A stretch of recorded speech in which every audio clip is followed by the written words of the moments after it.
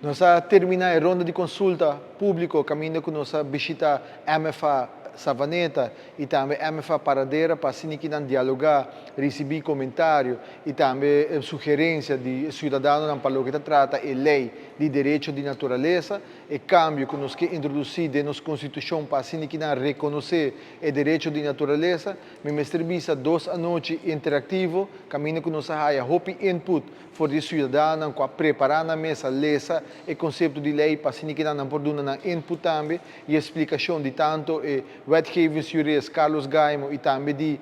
Nadine da Silva de DNM para assim que não elaborar também várias perguntas que nós recebemos. All in all,